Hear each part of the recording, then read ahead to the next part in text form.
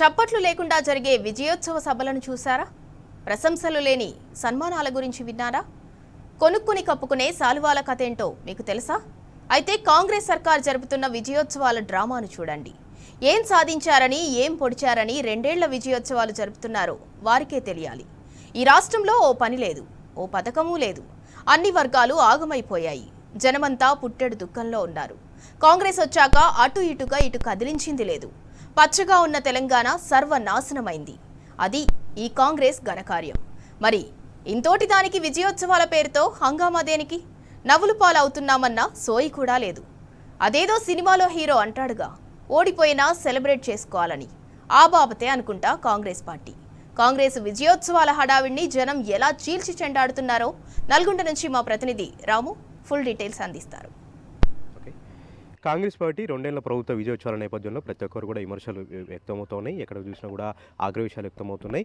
రాష్ట్రంలో సబ్బండ వర్గాలను కూడా తీవ్రంగా ఇబ్బందులు పడుతూ ఉన్నారు. ఎక్కడికక్కడ కూడా సమస్యలతో కొనరిల్లిపోతూ ఉన్నటువంటి నేపథ్యంలోనే ఏం సాధించారని కాంగ్రెస్ పార్టీ విజయోత్సవాలు చేస్తున్నట్టు కూడా సర్వత్రా కూడా ఆరోపణలు వ్యక్తం చేస్తూ ఉన్నాయి. ప్రజా సంఘాలు, కుల సంఘాల నాయకులందరూ కూడా ఏ ఒక్క వర్గం కూడా బాగాలేదు, అన్ని పథకాలు కూడా పాత్ర పెట్టారు, ప్రతి ఒక్క సంక్షేమాన్ని కూడా పాత్ర పెట్టారంటూ కూడా సర్వత్రా కూడా విమర్శలు వ్యక్తమవుతున్నాయి. ఈ నేపథ్యంలోనే మనం వివిధ వర్గాలను కలుస్తూ ఉన్నాం, సబ్బండ వర్గాలను కలుస్తూ ఉన్నాం. అసలు ఈ రెండేళ్ల పరిపాలనలో రేవంత్ రెడ్డి ప్రభుత్వం ఏం సాధించింది, గతంలో ప్రభుత్వం అమలు చేసినటువంటి పథకాలను ఏ విధంగా పక్కన పెట్టేసింది, ఒక్కొక్కటిగా సంక్షేమాన్ని ఏ విధంగా వెనుకబాటు గురేసినటువంటి అంశాలని వారి మాటలో నడి తెలుసుకుందాం. రెండేళ్ళు ప్రభుత్వం పూర్తయిందండి. రేవంత్ రెడ్డి ప్రభుత్వం విజయోత్సవాలు చేస్తూ ఉన్నారు.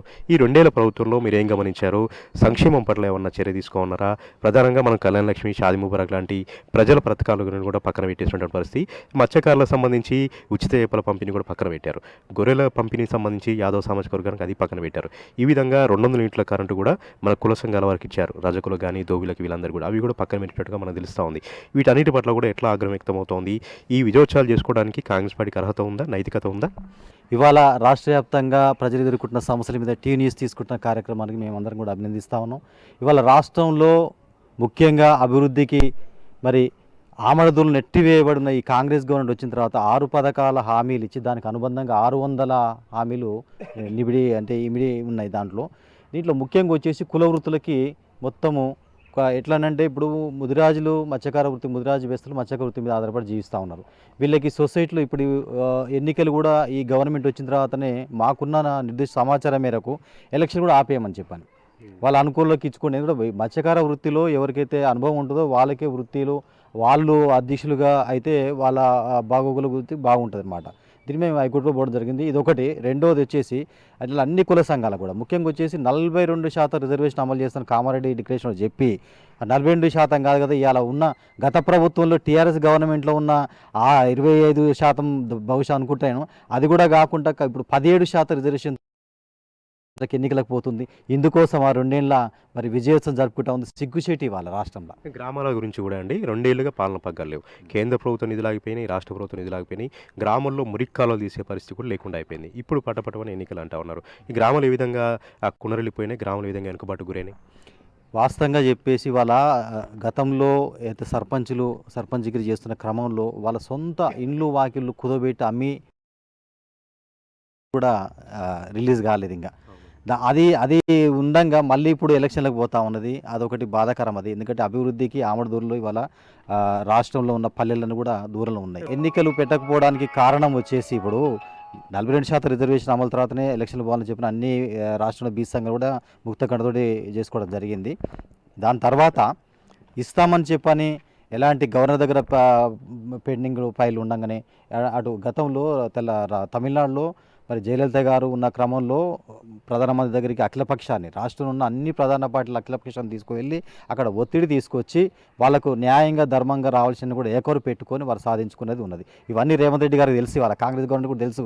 కాకపోతే ఏంటంటే మేము ఇస్తున్నాం కానీ ఇవన్నీ ఉన్నాయి కదని చెప్పని బీసీలను మభ్యపెట్టడానికి, కుల సంఘాలను మభ్యపెట్టడానికి చేస్తున్న ప్రయత్నాలు భాగంగా ఇది. అసలు గౌరవిస్తున్నాడా అండి? ప్రతిపక్ష పార్టీలను గౌరవిస్తున్నాడా?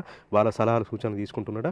బీసీ రిజర్వేషన్ల విషయంలోనే చాలా విలువైనటువంటి సూచనలు ప్రతిపక్ష పార్టీలు ఇచ్చాయి. షెడ్యూల్ చేర్చుదాం, ప్రధానమంత్రిని కలుద్దామని. ఏది కూడా పట్టించుకోలేదు కదా.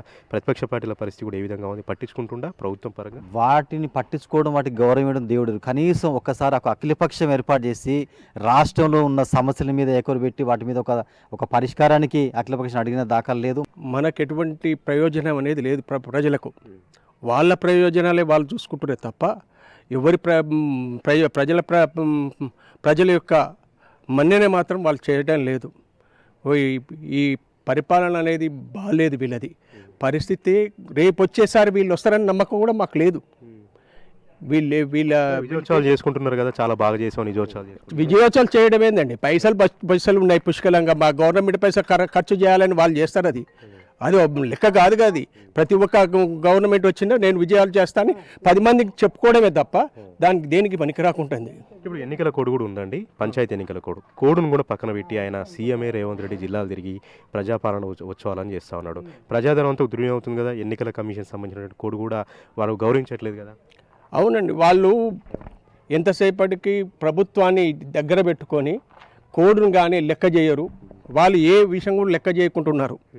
వాళ్ళ యొక్క పద్ధతి ఏమున్నా మింగాలి, వచ్చిన సొమ్మును మింగాలి. ఎలా మింగాలి అదే ఆలోచిస్తారు తప్ప వేరే ఏదేం లేదు. ఆడపిల్లకు పుడితే 13,000 రూపాయలు, బాబు పుడితే 12,000 రూపాయలు అమ్మఒడి పథకాన్ని కూడా తీసుకొచ్చారండి. షాదీ ముబారక్, కళ్యాణ లక్ష్మి, కేసీఆర్ కిట్టు, చిన్నపిల్లలకు అవసరమైనటువంటి కిట్లు కూడా అవి కూడా ఇప్పుడు గవర్నమెంట్ హాస్పిటల్ పోతే మనకి ఇవ్వట్లేదు. కళ్యాణ లక్ష్మి చెక్కులు కూడా 2.5 ఏళ్ల సంది అట్లా 2 ఏళ్ల సంది పెండింగ్ ఉన్నాయి. తర్వాత వివిధ సంబంధించినటువంటి అన్ని పథకాలు కూడా అట్లా హోల్డ్లో పెట్టారు. ఎందుకండి ప్రజలకు అక్కర వచ్చే పథకాలను ఎందుకు హోల్డ్లో పెట్టింది, ఎందుకు అమలు చేయకుండా ఉంటుంది? పాత ప్రభుత్వాన్ని మేమెందుకు చేయాలి, అది ఆలోచన. అదే ప్రజల గురించి పట్టించుకునే వాళ్ళు కాదు అది వీళ్ళు. అది పట్టించుకునే వాళ్ళు అయితే అన్నీ చేస్తారు. అది చేయకుండా ప్రజల గురించి ప్రజల బాధ పెట్టి మనం మింగాలనే ఆలోచన తప్ప వేరేది ఏం లేదు. వాళ్ళది చేసే పని ఏం లేదు. ఎంతసేపటికి కొత్త పథకాలను పెట్టాలి, అది చేయకుండా ఊకోవాలి. ఇదే వాళ్ళు చేసే పని. విద్యార్థులకు రీఎంబర్స్మెంట్, ఫీజు బకాయిలు రావట్లేదండి, స్కాలర్షిప్లు. విద్యార్థుల పరిస్థితి ఎట్లా ఉంది? విద్యార్థుల పరిస్థితి చూస్తే చాలా ఘోరంగానే ఉంది. వాళ్ళు చెప్పుకుంటూనే ఉన్నారు, మనం చూస్తూనే ఉన్నాం. అందరికి ఏం చెప్తారు, ఏం సంగతి మొత్తం చెప్తున్నారు. అది వింటే మనకు కూడా అంత అర్థమైంది. వాళ్ళ దగ్గర పోయి మనం మాట్లాడితే వాళ్ళ బాధలు ఏందో చెప్తుంటే అర్థమవుతుంది. ఒక్కొక్క బాధ, ఆ బాధలు చెప్పలేని విపరీతంగా ఉన్నది విద్యార్థులది. విద్యార్థులకు ఒక్క పైసా కూడా చేసినోడు లేడు. రీబల్మెంట్ అంటాడు, ఇస్తా అంటాడు, మళ్ళీ స్కాలర్షిప్ ఇస్తా అంటాడు, అది పక్కా పెడతాడు. దాని గురించి పట్టించుకోడు. ఇదే జరుగుతున్న ప్రభుత్వం విధం. ఇప్పుడు చూసారండి, సార్ చెప్పారు రిటైర్మెంట్ బెనిఫిట్స్ కూడా ఇవ్వట్లేదని చెప్పి. దీంతోపాటు రైతు బంధు అనేది ఒకటి పెట్టిరు, రైతు భరోసా, రైతు బంధు, అవన్నీ కూడా ఒక రైతు చనిపోతే వారం రోజుల్లో 5 లక్షల రూపాయలు ఇచ్చింది. అది కూడా రావట్లేదు. ఇప్పుడు ఎందుకు రావట్లేదు, ఎందుకు వాళ్ళు అమలు చేయట్లేకపోతున్నారు? రైతులు యూరియా కోసం కూడా మన నానారకాలకి ఇబ్బందులు పడ్డారు. ఎక్కడ లోపం ఏర్పడుతుంది? వాళ్ళ వాస్తవంగా కాంగ్రెస్ పార్టీ ప్రభుత్వం, రేవంత్ రెడ్డి ముఖ్యమంత్రి గారు వాళ్ళ ఎన్నికల కోడ్ను కూడా తుంగలో తొక్కి ఇవాళ వారు చేస్తున్న కార్యక్రమాల మీద విజయోత్సవ చేస్తున్నారు. కానీ విజయోత్సవాలు కాదు, అపజయోత్సవాలు చేసిన మరి దుస్థితి ఉంది. ఎందుకంటే రావట్లేదు. అపజయోత్సవాలు చేస్తేనే బాగుంటుంది. ఎందుకంటే వారు ఇచ్చిన అన్ని హామీలు కూడా అమలు కాలేదు. ఎక్కడ కూడా అందరు రాష్ట్రంలో రైతు బీమా రావట్లేదు, 5 లక్షలు రావట్లేదు, ఇప్పుడు యూరియా దొరకట్లేదు. రాష్ట్రంలో మొత్తం కృత్రిమ కరువు కూడా చేసినారు. ఉన్న అధికారం ఇప్పుడు అంతేందుకు నల్గొండ జిల్లాలో ఉన్న అధికారులు కూడా మొన్న ఈ మధ్య పేపర్ కూడా వచ్చింది చూసింటారు. కావాలని వాటిని ఆపి పక్కదారులు పట్టించడం, అమ్ముకోవడం, ఎక్కువ పైసలకు అమ్ముకోవడం, ఇవన్నీ కూడా చేస్తారు. మన రైస్ మిల్ల దాన్ని కూడా రైతులకు ఆ ధాన్యాన్ని తీసుకోవాల్సిన చోట కూడా మరి మిల్లలతో ఏకమై కూడా వాళ్ళకు అట్లా అన్యాయం రైతులకు చేసిన ఇవన్నీ ఏమంటే విజయోత్సవాలు కాదు, అపజయోత్సవాలు జరుపుకుంటే సంతోషంగా అందరూ కూడా తిలకిస్తారు వాటిని. ఇది ఉందో, బంద్ ఉందో, రైతు బంధు ఉందో, అది అమలు కావడం లేదు.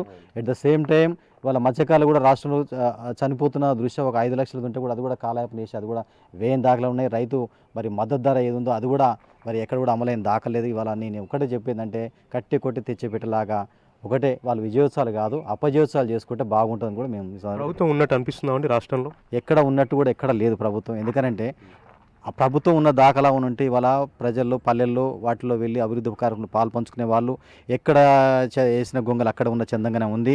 వాళ్ళకి వాళ్ళ స్థానిక సర్పంచ్ ఎలక్షన్లో కూడా నేను చెప్తా ఉన్నాను, వాళ్ళ రాష్ట్ర ప్రజలందరి తరఫున కూడా నేను చెప్తా ఉన్నాను, స్థానిక సర్పంచ్ ఎలక్షన్లో కూడా ఎవరు కూడా ఓట్లు వేయొద్దని కూడా మేము కోరుతా ఉన్నాం. ఎందుకనంటే వారు చేసిన అభివృద్ధి ఏం లేదు. ఇచ్చిన హామీలు ఏదో ఒక బస్సు అది కూడా పెట్టారు ఫ్రీ, అది కూడా కొట్లాడలే.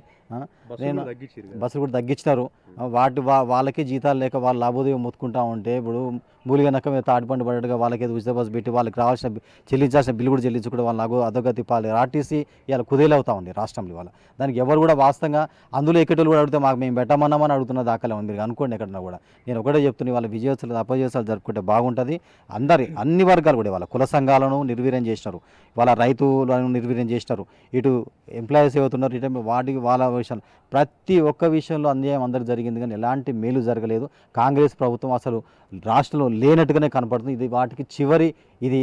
ఇక నెక్స్ట్ వచ్చే ఎలక్షన్లో వాటిని పాతాలను దుక్కుతారు ఆ పార్టీని. ఇక 20-30 ఏళ్ళు కనుమరుగు అవుతుందని కూడా మేము తెలియజేస్తాము. ఈ విధంగా సబ్బండ వర్గాలను కూడా మనం కలుస్తూ ఉన్నాం, వాళ్ళ ఒపీనియన్ తెలుసుకుంటూ ఉన్నాం. రాష్ట్రంలో పాలన అనేది మనకు ఎక్కడ కూడా కనపడలేదు. అన్ని వర్గాల్లో కూడా తీవ్ర అసంతృప్తి అనేది మనకు వ్యక్తమవుతుంది. ప్రతి విషయంలో వైఫల్యమైంది.